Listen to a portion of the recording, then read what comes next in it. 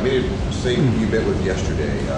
What do you say to those people who wanted a complete break from anyone with any past ties to NOPD? Well, remember what the people said was they wanted someone who had demonstrable success in reducing crime in a major urban area. That's what they said.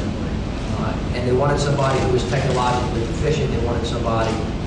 So there's no perfect candidate, number one. Number two, the experts said that actually the best candidate is someone who knows the department but is not of it.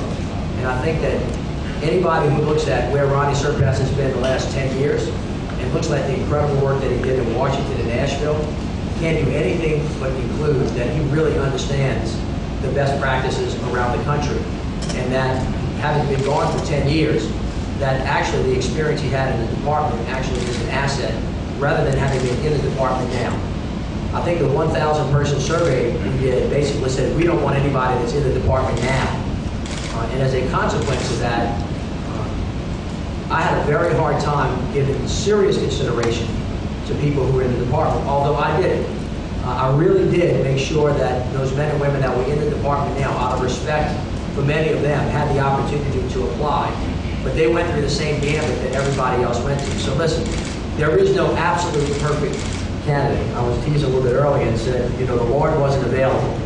And then I asked him if he could send the Blessed Mother and said, well, she was working on the storm. And then I tried Russell Honore, and he said, well, no, I can't come either because I'm in Haiti. The point being that everybody's got strengths and weaknesses, right?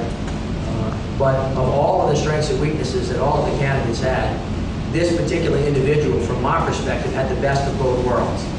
On top of that, as you know, we had a little bit of consternation with a couple of people leaving the committee. And one of the quoted reasons was we wanted to make sure that the person really understood the streets of New Orleans. This is a guy that went to Capito, a guy that grew up in the 3rd Ward, a guy that went to Kennedy. He got his bachelor's degree from Our Lady of Holy Cross. He got a PhD from UNO. So this is a well-credentialed folk that really understands the streets and the culture of the city of New Orleans. His challenge, of course, is going to be how do you take the best of what you know from New Orleans and leave the worst, bring the best practices and the expertise that you learned with all the people that you met while you were gone, and bring it back home. And on top of that, I've talked a lot about bringing people home. During the inaugural speech the other day, you heard me call everybody home. All of our sons and daughters that have gone to Morehouse and Spelman, that have gone to Harvard, that have gone off and then found homes in Chicago or New York or San Francisco. Bring your expertise back home. He fits exactly into the same category of us being able to recruit the best and the brightest back to help save the city that they love so much.